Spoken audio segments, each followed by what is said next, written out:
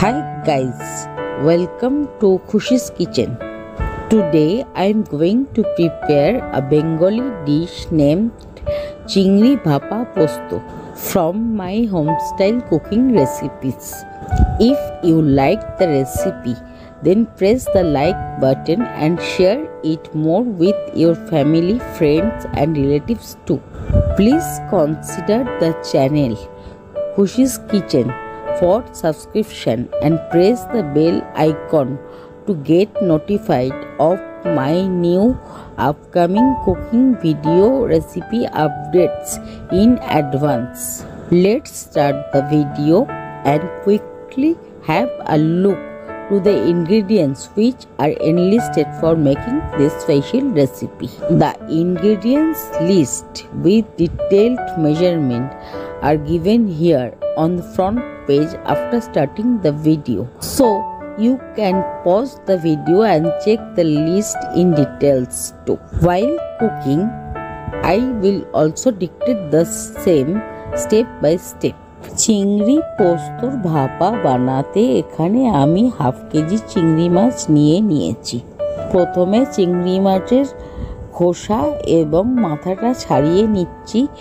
এরপর চিংড়ি মাছগুলো ভালো করে ধুয়ে পরিষ্কার করে জল ঝরিয়ে একটি পাত্রে নিয়ে নিচ্ছি ম্যারিনেট করবার জন্য। এবার ওই সেম পাত্রে স্বাদ মতো নুন, গোলমরিচ, হলুদ গুঁড়ো, কাশ্মীরি লাল লঙ্কার গুঁড়ো এবং ভিনিগার অ্যাড করছি এবং ভালোভাবে মাছগুলোর সঙ্গে সমস্ত উপকরণগুলো মিশিয়ে নিচ্ছি এবং ম্যারিনেট হতে দিচ্ছি বেশ কিছুক্ষণের জন্যে। ইতিমধ্যে একটি মিক্সিং জার নিয়ে তার মধ্যে বেশ কিছুটা পোস্ত নিয়ে নিচ্ছি। প্রথমে পোস্তটাকে শুকনো ঘুরিয়ে নিয়ে তারপর প্রয়োজন মতো জল দিয়ে একটা পেস্ট তৈরি করে নিচ্ছি। পোস্তর পেস্টটা হয়ে যাওয়ার পর একটা বাটিতে নামিয়ে নিচ্ছি।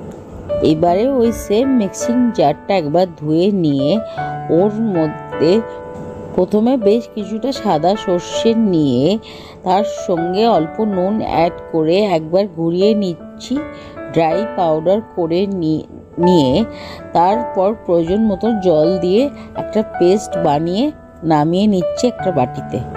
ওই সেম ওয়েতে কালো সর্ষেটাও বেটে নিচ্ছি এবং নামিয়ে নিচ্ছি আরেকটি বাটিতে।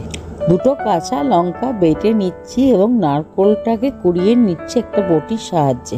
এবারে ভাপাটা বসানোর জন্য একটা টিফিন বক্স নিয়েছি। প্রথমে ওর মধ্যে পর্যাপ্ত পরিমাণে অ্যাড করছি সর্ষের তেল, তারপর ওর মধ্যে অ্যাড করছি পোস্ত এবং দু রকমের সর্ষে বাটা। ভালো করে একবার হাত দিয়ে মিশিয়ে নিয়ে ওর মধ্যে অ্যাড করে দিচ্ছি নারকেল বাটাটা।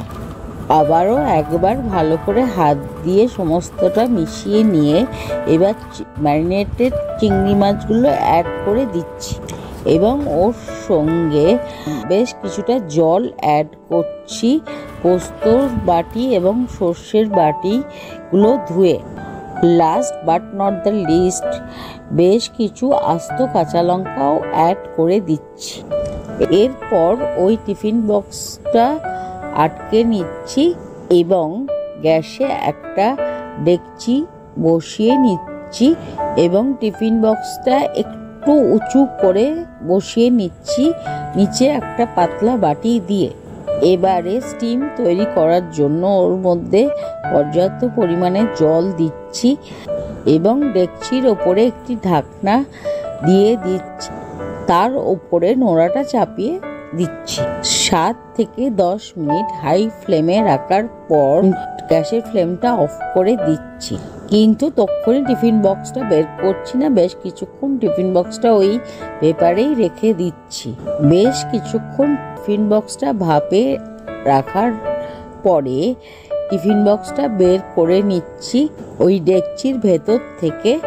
এবারে একটা সার্ভিং বোল নিয়ে সমস্ত চিংড়ি ভাপাটা ওর মধ্যে ঢেলে দিচ্ছি এবং গার্নিশ করছি 1 চামচ কাঁচা তেল ও বেশ কিছু কাঁচা লঙ্কা দিয়ে। তৈরি হয়ে গেল আমাদের সুস্বাদু জিভে জল আনা চিংড়ি পোস্ত ভাপা।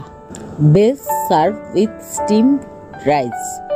If you like the recipe, then do try it once at least at home, because it's very easy to cook, and let me know by comments in comment section below.